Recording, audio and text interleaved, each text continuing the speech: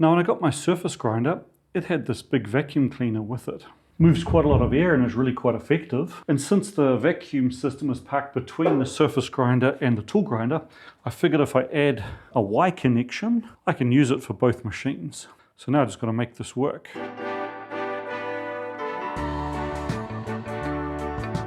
I hope you're all having a nice summer. It's been super hot here in Vienna, hit 40 degrees Celsius for the first time ever, although I can't complain because I managed to sneak off to the beach in Greece for the hottest 2 weeks, so that was nice. It was only like 26 degrees at the beach, just perfect. And one other awesome thing, before I went away on vacation, I managed to get a tour of this, the reactor from the Technical University, currently running. Both my kids study physics and have done projects at the Atomic Institute, so when they had their annual barbecue where they show the students through the TRIGA research reactor, I was able to tag along on that, and it was pretty darn cool. The TRIGA research reactor was sold to Austria as part of Eisenhower's Atoms for Peace project back in the 1950s or 60s. They're a very low-powered reactor, where as the fuel rods heat up, the zirconium hydrate in the fuel rods absorbs the excess neutrons, pretty much shutting down the chain reaction straight away. But it's pretty funky, like standing up above this thing with the reactor actually running, and you can see the Chermakov radiation, you know, the little blue pool. Very cool.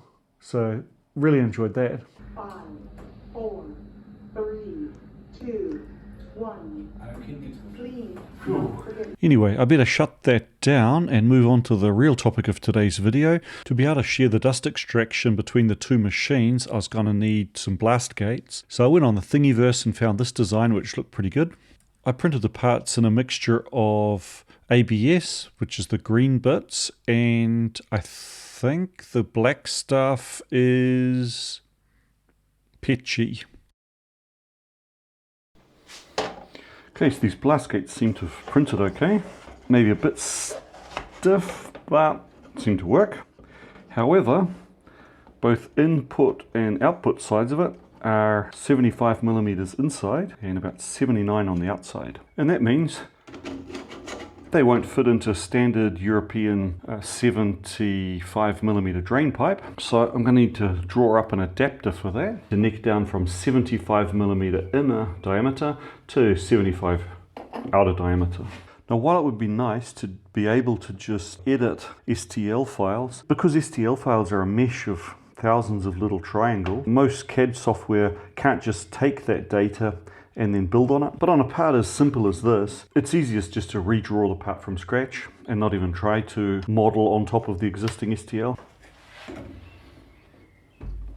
Yeah, that fits nicely.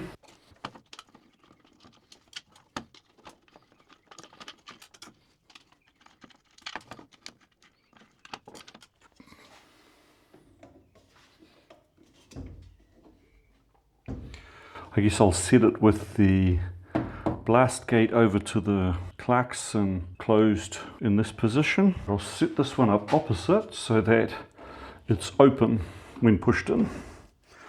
So when I want to change over, I just need to pull both of them out to direct vacuum this way instead of this way. Right, now I've already got this existing tube going over to the surface grinder, and really here all I need to do is just shorten that. Head's going to come up a fair ways from there, so I guess something like this is probably going to be fine.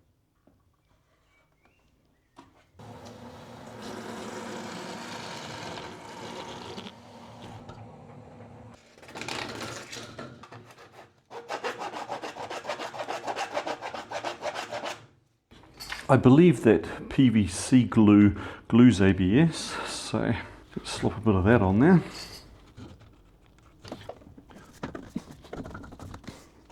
Right, now I can turn my attention to the tool and cutter grinder, and here I'm going to need two different tubes. Like at the top here, I've bought this kind of aluminium flexi tube to pick up any dust going through the pickup here, the dust catcher.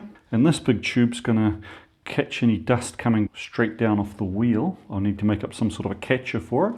Somewhere over here, I'm going to need like a Y connection. So FP Print Friday did a competition a while ago on how to make a sort of Y duct with the least number of steps in CAD. Yeah, this is not it. Okay. So that's going to go on like that. I put this little tab on here because especially the bottom tube is very flexible. So I think I'll put just a bit of wire up. There's a pipe up above here, so I'll just hang it off the pipe. But first, let's put the clamps up on this end.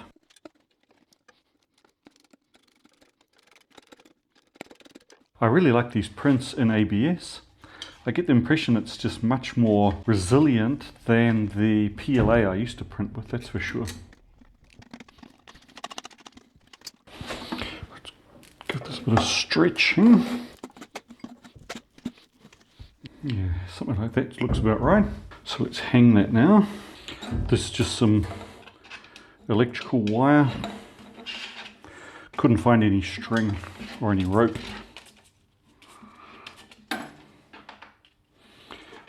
About there is probably about where I want it. Right, before I cut this to size, I should probably work out what the scoop thing's going to look like and make that up to connect it in. Now it's important before starting to design the CAD model to do a detailed sketch with all the dimensions and stuff on it. So that's what my scoop's going to look like. And with that, I could fire up Onshape again and model up what I hope is going to be a functional scoop. The idea of this is that it sort of sits in and clips into the T-slot here, but won't be fixed like firmly because it needs to slide backwards and forwards probably. I don't expect this to be the final design. My guess is over time I'll have to iterate through doing this a few times until I get one that really works well. But it's good enough to get started with. So now I know that's going to connect up into here, and I need to cut a bit off the back. It's more rigid if I leave it sort of pushed together, and it's also a very long tube, so I'm going to be probably good enough if I just cut off about here, I guess.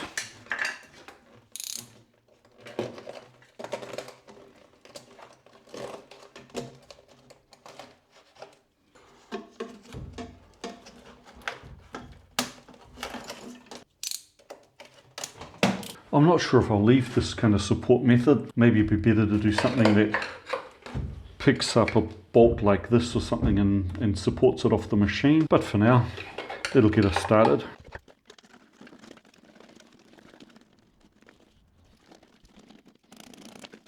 Had you guys ever used these hose clamps made with sort of a clampy bit and then just raw strip material?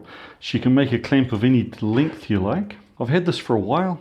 Can't remember what I got it for or what I used it for, but I do remember it was not the greatest quality. And if I try and over tighten it, it'll probably strip out the little screw in there. So hopefully it's good enough for this job.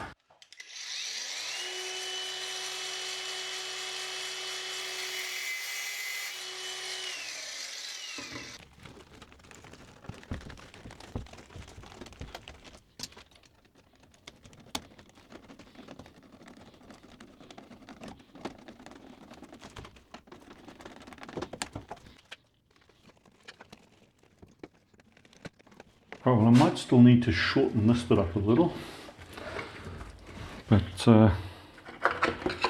that's now all connected up, so let's plug it in and give it a go. Now there should be nothing special about how this works on the surface grinder because it's basically the same configuration as it was before.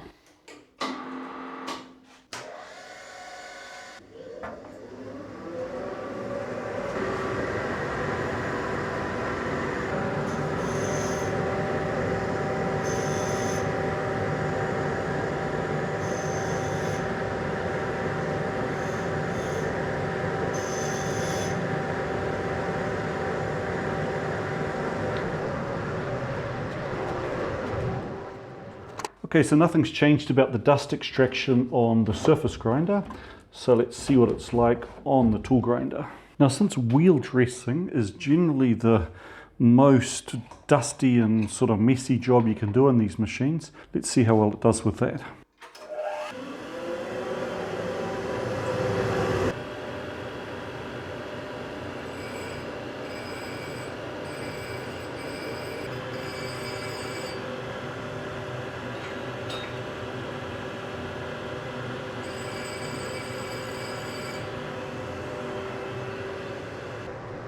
Right, well, subjectively, that seems to be a massive improvement in dust extraction. It's still obviously not perfect. There is some that didn't get sucked in, but way, way better than it was before. I'll probably have to play around over time with different configurations of like catcher nozzles. I'm also not exactly sure of how well these 3D printed plastic ABS nozzles are going to work over time, but hey, it's easy enough to draw up something different, and once I get a geometry that works well, if I find the plastic ones are getting beaten up by the sparks, then I can just make something out of metal. Well, there we have it. Not a big project, but one of those little projects that makes the whole workshop a bit nicer to work with. So thanks a lot for watching. I'll see you again next time.